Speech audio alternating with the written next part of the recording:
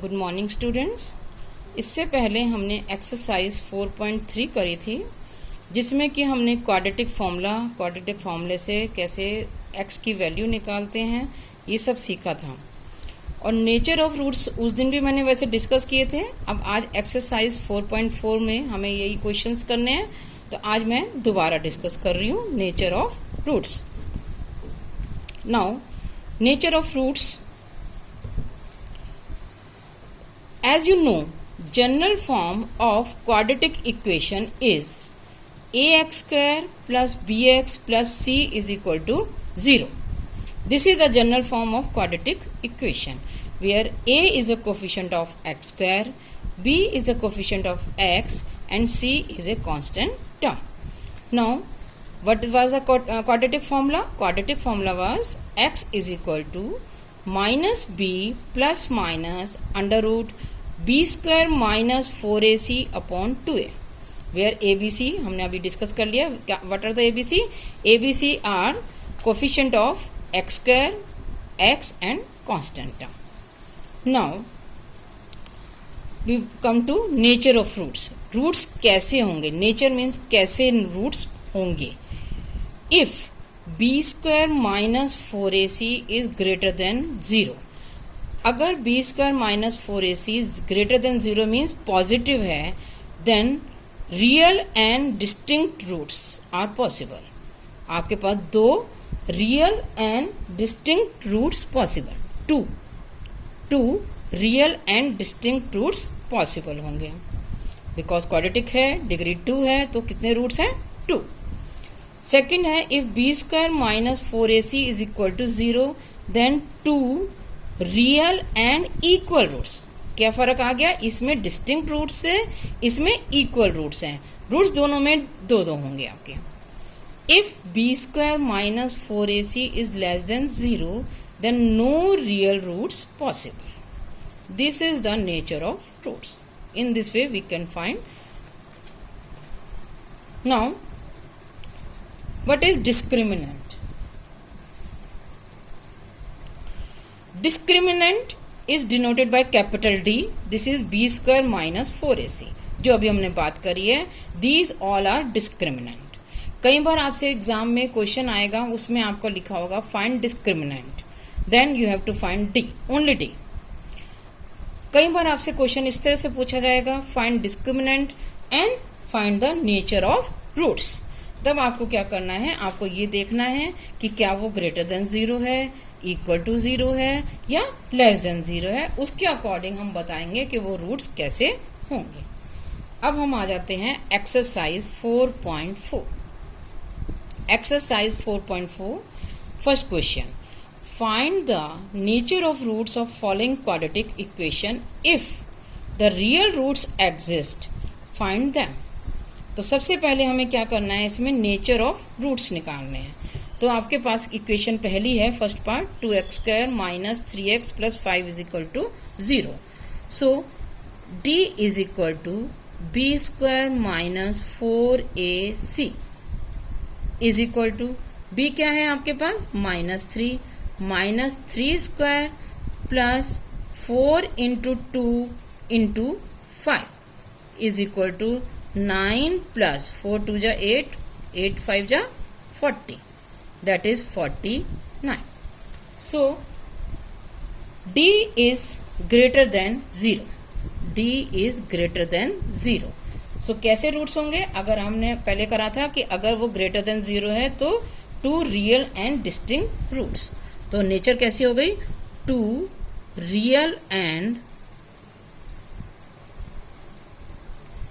Distinct roots, ये हमारे possible हैं। इतना हमने बता दिया कि ये रूट्स पॉसिबल हैं।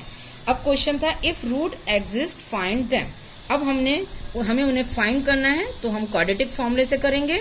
x is equal to minus b plus minus under root b square minus 4ac upon 2a। So b क्या है? -3, तो -3 plus minus under root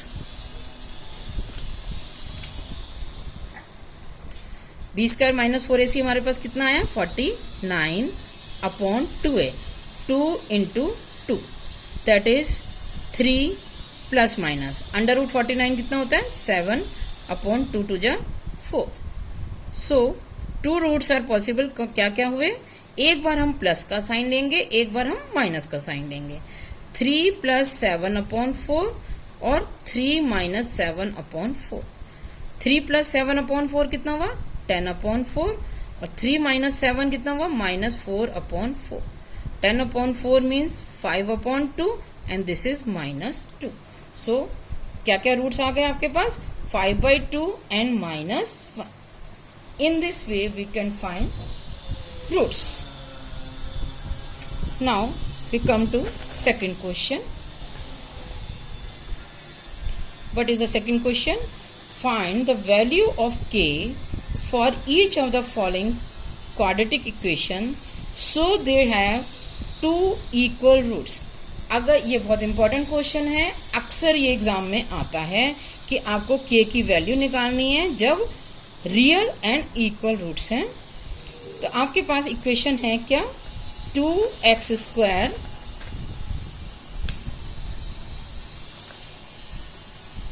plus kx plus 3 is equal to 0. ये आपके पास इक्वेशन है.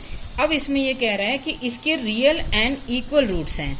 Means for real and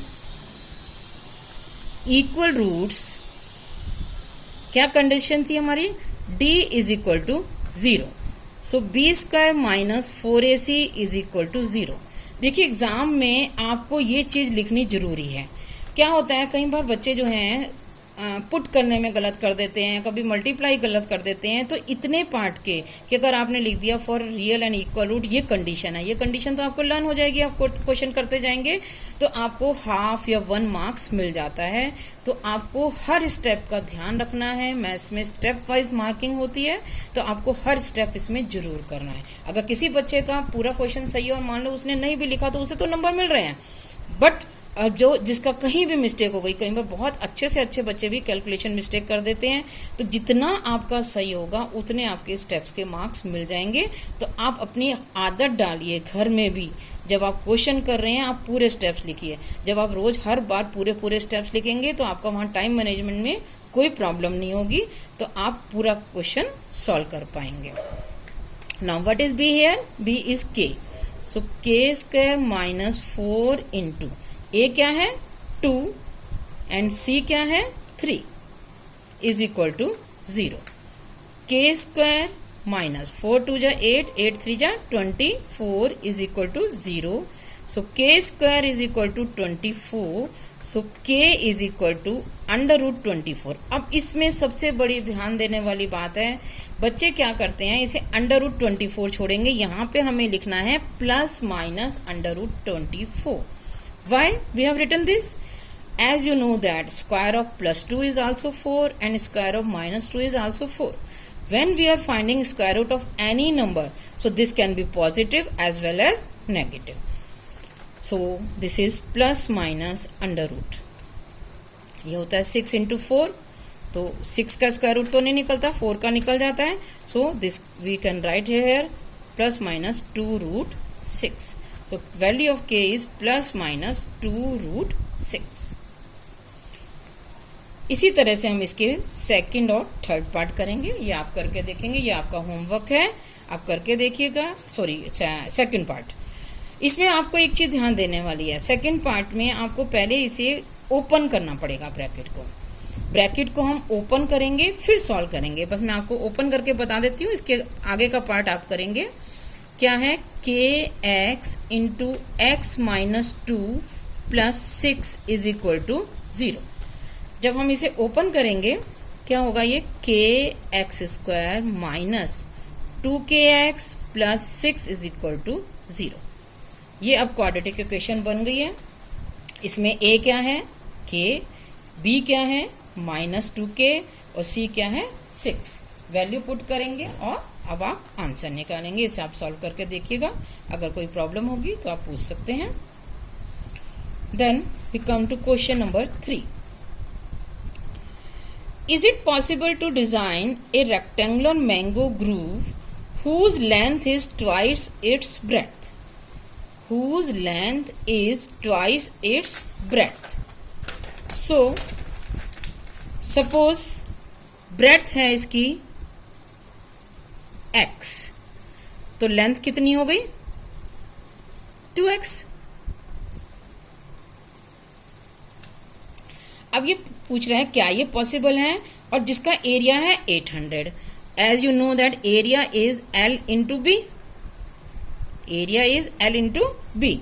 so area है L है हमारे पास 2x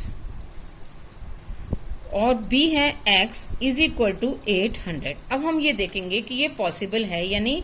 means क्या करना है, हमें नेचर ऑफ रूट्स देखने हैं. अगर वो d लेस देन 0 है तो ये पॉसिबल नहीं है. अगर d ग्रेटर देन और इक्वल टू 0 है तो ये पॉसिबल है.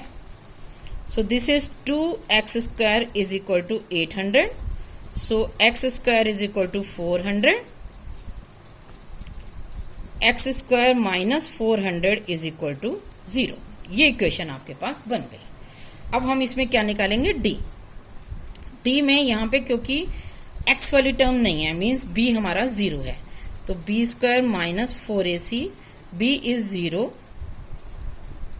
a is 1 and c is minus 400. This is minus minus plus 1600. means d is greater than 0, so it is possible. d is greater than 0, so hence it is possible. सिर्फ आपसे इतना ही पूछा है कि इसमें ये पॉसिबल है या नहीं है. नहीं, सिर्फ ये नहीं पूछा, आगे ये भी पूछा है if so find its length and breadth.